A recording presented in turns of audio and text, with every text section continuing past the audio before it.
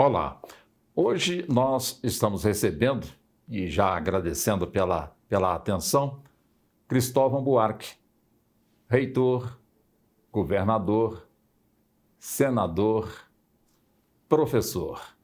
E é com ele então que nós vamos hoje conversar de tudo, principalmente sobre educação. Seja bem-vindo, governador, ao nosso programa. Muito obrigado por atender aí o nosso convite. Depois de mais de um ano realmente em casa por conta da pandemia, o senhor nos dá o prazer de comparecer, de estar conosco aqui nos estúdios. Depois que saiu de casa, governador, o senhor encontrou um Brasil diferente? Às vezes eu me sinto no exterior. Às vezes que eu tive que sair de casa para ir a uma dentista, que me atende há muito tempo, num shopping. Então, quando eu ficava andando no shopping, antes de subir para o andar, dava a impressão que estava no exterior e o povo falando português ao redor. É uma sensação estranha, realmente, sair em Brasília e se sentir no exterior. Mas é o que aconteceu, porque eu e a Gladys, minha mulher, ficamos, de fato, 1 ano e meio sem sair de casa, a não ser para ir ali na esquina, num supermercadinho que tem, na agência bancária, que ainda somos do tempo que precisa ir na agência. Fora isso, nada. E como é que o senhor preencheu esse tempo em casa, governador? Eu me transformei de um político que escrevia nas horas vagas em um escritor que faz política nas horas vagas. Eu me dediquei a escrever, que é o que eu sempre fiz, mas nos buracos das agendas, né? Sem agenda, eu escrevi bastante. 2, 3 artigos por semana, para jornais, para revistas, diversos artigos grandes, inclusive sobre educação, muitos grandes, aí não artigos de jornal, e pelo menos 3 livros publicados e 2 que devem sair até o final do ano, ou seja, 5 livros, uma boa produção. Opa, e como foi boa essa produção, né, governador? Inclusive, para formular a primeira pergunta para o senhor, eu utilizei 3 títulos e a pergunta também é um título de um livro também que o senhor escreveu. Então, eu comecei assim, governador, ou seja, um Brasil que conhece a desordem do progresso e também a apartação, que é o apartheid, e também o berço da desigualdade. Aí fecho com essa pergunta: por que falhamos? Muito bem, esses livros são bastante antigos, A Desordem do Progresso tem mais de 30 anos, e eu acho que é um livro até hoje atual, sabe? Porque mostra que a desordem do progresso brasileiro, nós crescemos, o país que mais cresceu economicamente entre 1880 e 1980 foi o Brasil, entre todos, inclusive os Estados Unidos, mas de uma maneira desordenada. Uma das provas é o que acontece hoje com o meio ambiente, que o livro A Desordem do Progresso já tocava, já dizia: nós estamos esgotando os recursos naturais. O outro é essa irresponsabilidade, inclusive das esquerdas, com as contas públicas, como se o tesouro fosse infinito. O Brasil tratou o tesouro como algo infinito e a Amazônia como algo infinito. Lá já está na desordem do progresso. O que é apartação, eu acho que também é um livro que hoje é mais visível, que ele retrata do que antes, que é o fato de que o Brasil não tem apenas desigualdade, tem uma apartação. Há uma ruptura. A desigualdade ela é contínua, cada um é um pouquinho mais desigual. Mas o apartheid na África do Sul não, separava negros de brancos, independente até da renda do negro. Aqui a gente separa pobres e ricos, independente até da cor, embora a maioria dos pobres brasileiros sejam de cor negra. A pobreza brasileira tem cor. Então, são livros que eu acho que estão atuais. Agora, por que falhamos? Por que falhamos? Esse é o primeiro livro que eu publiquei nessa fase, depois que eu saí do Senado. Esse livro tem uma historinha. Eu fui convidado a ir fazer uma palestra na Universidade de Oxford sobre por que o Bolsonaro ganhou. E eu disse: não me interessa. Agora eu aceito ir dizer por que é que nós perdemos. Porque é uma diferença entre por que ele ganhou e por que nós perdemos. E aceitaram. Então eu fiz a palestra e a palestra se transformou num livro. Tanto que esse livro saiu ao mesmo tempo em português e em inglês. Só que a diferença é o título. Em inglês o título ficou como a esquerda elegeu a direita no Brasil.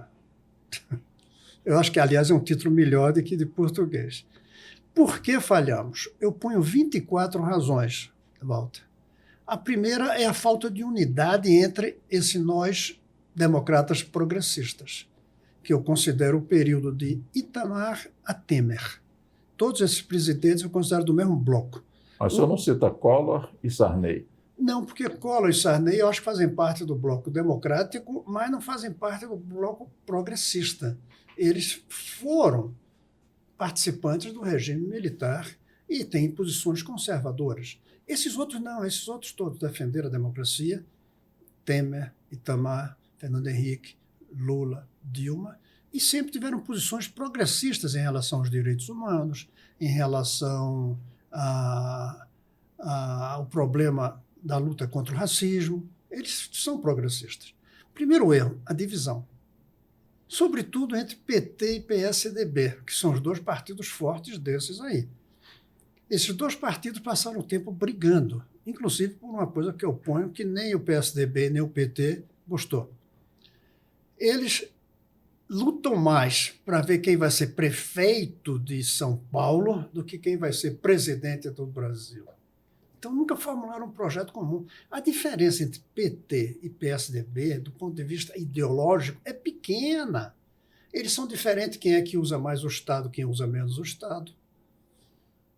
Eles são diferentes do ponto de vista de estarem mais para a Avenida Paulista ou mais para o ABC, mas conceitualmente, como proposta de Brasil, não tem diferença.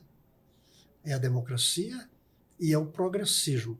Eu diria que, do ponto de vista da responsabilidade fiscal, o PSDB pode ser um pouquinho mais, mas o governo Lula foi muito responsável com o fisco.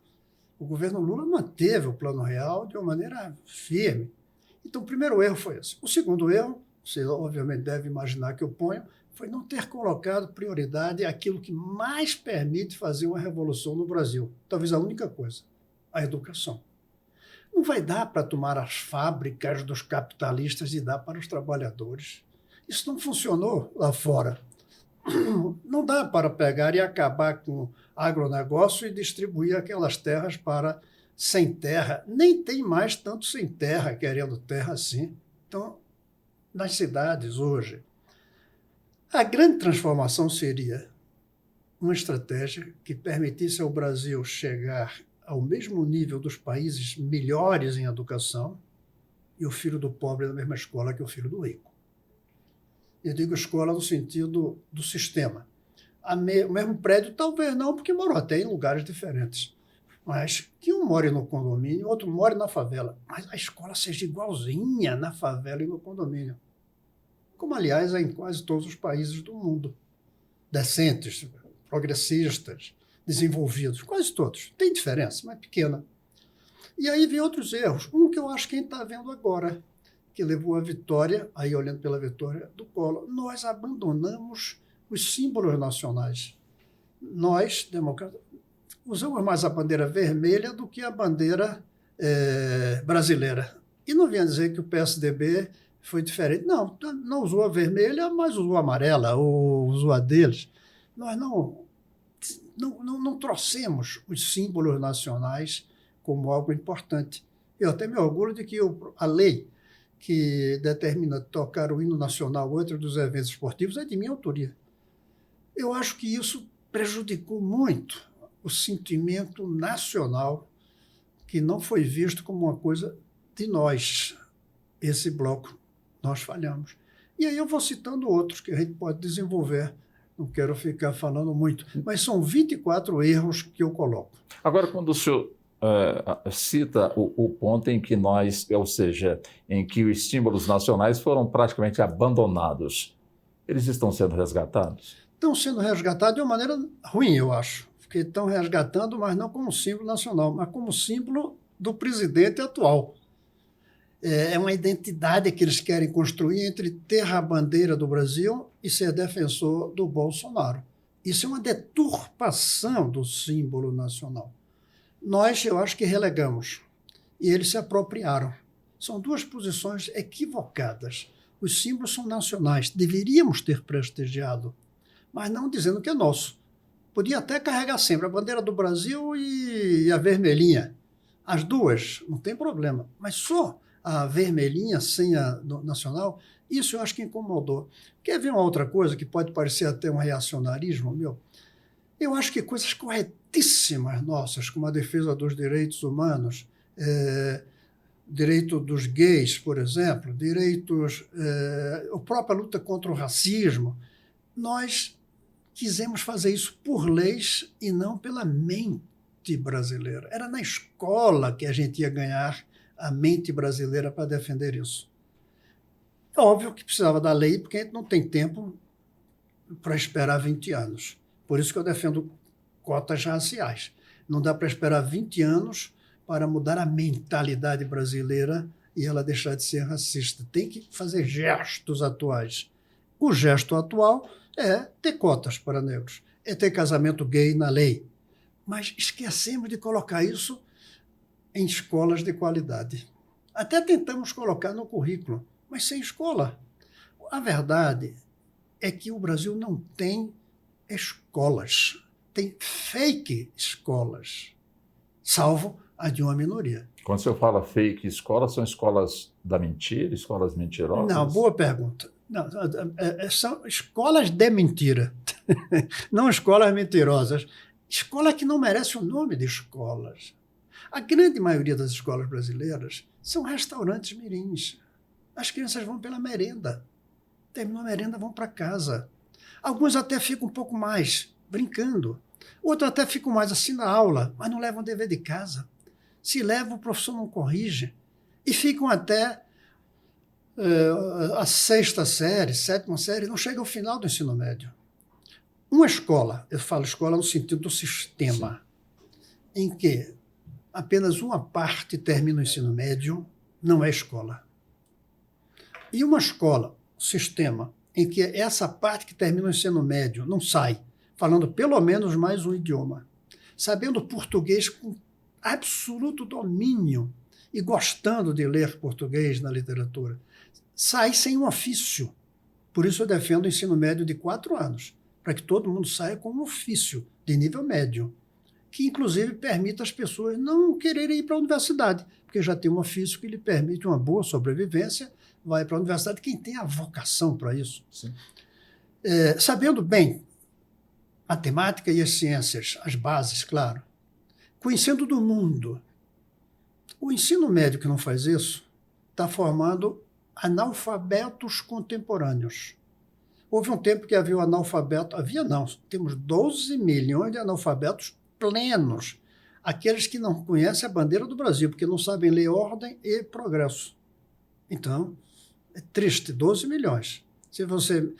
Aí você diz, não, mas quem vê a bandeira reconhece. Mas se você misturar as letras do ordem e progresso, o analfabeto continua achando que é a bandeira do Brasil. Então, ele não conhece a bandeira do Brasil. Se você escrever ali em outro idioma, cujo alfabeto seja latino, eles vão achar que é o mesmo. Então, todo mundo tem que saber isso, saber ler. Mas depois temos também o chamado analfabeto funcional. É o que é capaz de ler, decifrar um texto, mas não entende. Não conta a história que leu. Mas eu tenho defendido a ideia de que tem um outro tipo de analfabeto. É o analfabeto contemporâneo. É aquele que não entende o que está acontecendo no mundo. Mas, governador, desde a década de 70 que se falava no Mobral, que se falava também em outros métodos, no sentido de resgatar justamente e de certa forma, zerar o analfabetismo aqui no nosso país. Quer dizer, desde esse tempo que se fala realmente em acabar com o analfabetismo aqui no nosso país. Por que nunca acabou? Porque a gente vai acabar nas crianças. É na escola de qualidade que a gente acaba com o analfabetismo. Mas o senhor disse que temos... 12 milhões. Mas sim, mas temos falsas escolas. Então, como a gente muito bem. Recuperar realmente essas escolas falsas? Eu vou falar ainda um pouco sobre o analfabetismo. Então, pois não. É na escola de qualidade que a gente acaba o analfabetismo. Não tem analfabeto entre os ricos. Não tem. É zero o analfabetismo brasileiro entre as classes médias e altas. Zero. Porque eles pagam a escola. Então, o que a gente tem que fazer? tem que fazer com que todas as escolas sejam de qualidade. Como? A minha proposta, que já vem de muito tempo, tentei como ministro, mas fiquei muito pouco tempo, é substituirmos as escolas municipais por um só sistema de escola nacional, federal. Isso leva 20, 25 anos. É uma estratégia que eu defendo que seja feita por cidade e não por escola. O Brizola chegou a tentar isso por escola, os CIEPs, e conseguiu fazer, se não me engano, 140 ou 170. O próprio Collor fez 470, se eu não me engano, dessas escolas, que ele botou o nome de SIACs. Mas escolas isoladas, soltas. Quando muda o governador, muda o presidente, acaba. Se você fizer isso numa cidade inteira, todas as escolas de uma cidade serem federais, você dá o salto. E ninguém volta atrás. Não tem como voltar atrás se todas as escolas forem assim. Com a carreira nacional do magistério. Aí defendendo coisas que hoje não se faz. Por exemplo, eu defendo que o professor, para ser contratado, ele tem que antes ficar pelo menos 2 anos dando aula.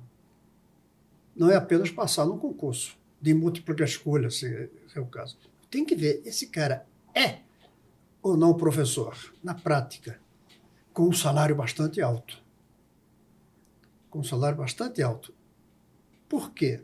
Para poder atrair os melhores quadros da sociedade para o magistério. Na Finlândia, você não pode pretender ser professor se suas notas na faculdade não estiverem entre os 10 melhores. É interessante isso. Tem que estar entre os 10 melhores para você poder pretender ser professor. Então, uma carreira nacional do magistério. As edificações com a mesma qualificação em todas. Não falo mesmo de desenho.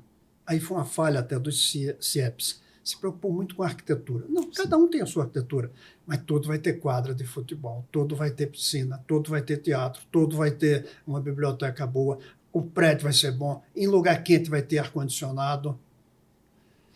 Todos em horário integral.